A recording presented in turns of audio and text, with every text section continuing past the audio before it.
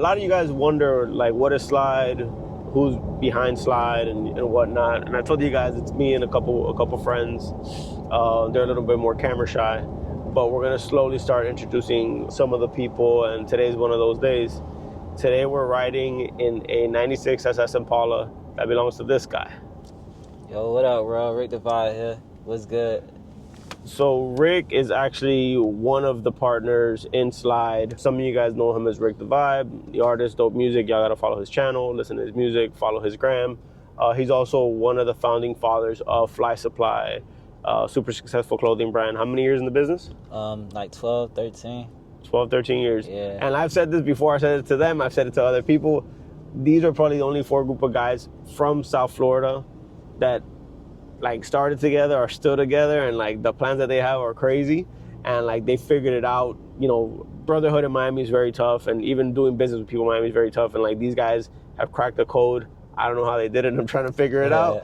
Rick is a huge Chevy guy. We were just talking about he has a fleet of Chevys, and it went from what is it, 2 cars to 4 cars really quick? Yeah, it went to 1 car to wrecking that 1 car to 2 cars to 4 cars really quick. I think when I met, like, man, when me and you started indulging more in the car conversations and I started getting deeper in the culture, like linking up with Juice, Hugo, and stuff like that, that's what got me deeper and deeper. You know, the more like pull-ups, you start admiring more cars and stuff like that. You're like, I like this one too. I like this one too. Yeah. So that's how I kind of like got deeper and deeper into it. So tell us the order of the cars. What was the first car you got? Like the first old school you got? The first old school the first school I brought within this era was the Monte Carlo SS. Me and our other business partner, Garrett, we took a buddy pass, Spirit buddy pass to Chicago, met up with these guys, and brought an 86 Monte Carlo SS hardtop. And it was super clean. Hooked it up, did a little bit of work to it, like minor work, like suspension work, some IROC Z rims and shit like that. And I rode around for a little bit and got into like a mini drag race wreck. Somebody pulled up to the light and tested me. They had like a Mustang. We got to another light. I was like, I'm gonna let them have it. And somebody cut me off in the middle of the little spat that we had. But and the other car took off? Yeah, they kept going. God tested you that day too. Yeah, for real. All for right. real. So then after that, you got what? After that, I got the 71 Impala, convertible Impala. That's my favorite out of the fleet. Right now, that's my favorite. And that's the one you saw in the Driven episode with the guy Brett. You kind of see a couple clips of him in it. And he was also at the November Rain ride out. See him cruising the vert on the highway. He's actually, I believe he's the thumbnail for that one. But super clean car, very, very Miami car, like the essence of what a donk is. Then after that, you got this that we're sitting in, right? Yeah, I got this. I've been loving this car since it came out. I remember the first time I actually seen someone in it. I remember getting in there and smelling the new car smell. And a younger guy at the time, he had just graduated from high school. He ended up having me run into the store for him. He was on the block. He was like, hey, yo, kid, go run this store and get these Gatorades or whatever. And I was happy to just get in this car and like ride around with him. And ever since that moment, I remember this car. And, you know, like growing up, even as like the car got older, I still see the car and still had that same, it still had that visual effect on me. Like, dang, I want that. You know what I'm saying? Like, and it's a whole nother feeling once you get in and you ride in it. It don't ride like every car. Like, it's definitely its own feel, its own, like, everything. The nostalgia feeling from it is, like, amazing. But the ride is, like, crazy. Like, even with, like, right now I have 22s on this car. It still kind of, like, rides like the original ride. Like, it feels good. It's very roomy, very comfortable, very, like, easy on the road.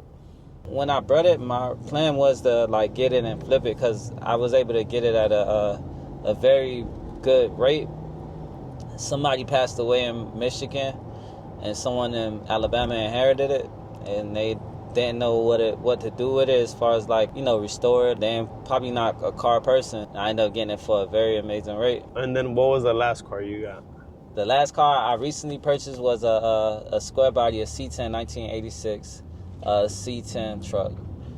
I like that truck a lot too. The guy who was building it, it was a restoration project for another guy, but some things were happening in his life, and he ended up actually like just getting rid of the car. But he actually races trucks, and he was going to build the car to be a race truck for his brother out in Texas.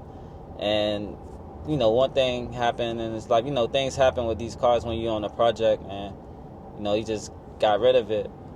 I'm actually excited about that truck too. One of the reasons why I chose to buy that truck is because my late uncle had that truck, and he gave that truck to my dad. My dad had it for a little bit and sold it, but it was like a very, very nice, like, square body truck. And then when I seen it, it just brought back a lot of memories. And alongside of that, like, it holds value. So it's a want for those cars. I felt like, man, if I get it at this rate, I could probably flip it. He was building it to be a race truck, so right now it's like it's taking race gas, a one belt system on it because it don't have no power steering, like due to the fact that it's gonna be a race truck. Probably just add the AC, and everything else is just like cosmetic, which is, to me, I think it's pretty easy if it's not like rusted completely out and stuff like that. So then you have 170s, 280s, and a 90. Yeah. All Chevys. That's my Chevy fleet, but I got one BMW.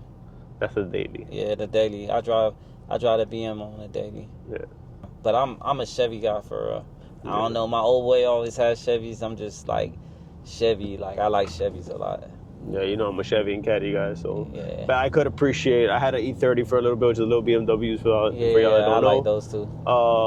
And it was just it feels like a go-kart. Yeah. And like compared to what I'm used to, you know, big, excessive, like plush. And we know gas guzzlers. Like, I've always had big cars since I was, you know, in high school. So like I tried it. It's cool. It's a cool little car, but it literally feels like a golf cart or a go-kart. So it's not really my vibe. Yeah. But I would love to get into like the 80s, like the drug dealer Benzes. Yeah. You know what I mean? Like those are amazing. So a goal of mine is to have a 560 SEC. Yeah. Maybe in the future. Going doors if possible. So the 70s basically completely done, right? You're doing some motor work on it now? Yeah, I'm doing some motor work on it.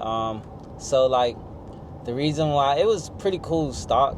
I had the stock 400, but man, I just got tired of like crawling out. Like when I'm pulling off, I'm just pulling off slow. So I got some rear end. I changed the rear end on it, put some posi on it, so I could be able to like shake a little something when I pull off. For the gram. Yeah, that's a gram move because it don't really mean nothing for real. But that car is hard. Like that car is perfect. So, you know, hopefully it's an upgrade and not a mission. Yeah. And mind you, I'm glad that he said that, because one of the biggest things, people always ask me like how my 75 is always out and about, it never breaks down. So I restored it to all original. And my theory is that, you know, Chevy back in the day spent millions of dollars, pay engineers and designers to figure out the most economical way for it to not spend gas and aerodynamics and all this other stuff, to where everything is made for that. So once you start changing one thing, you gotta kind of like go down the line and adapt everything else to it.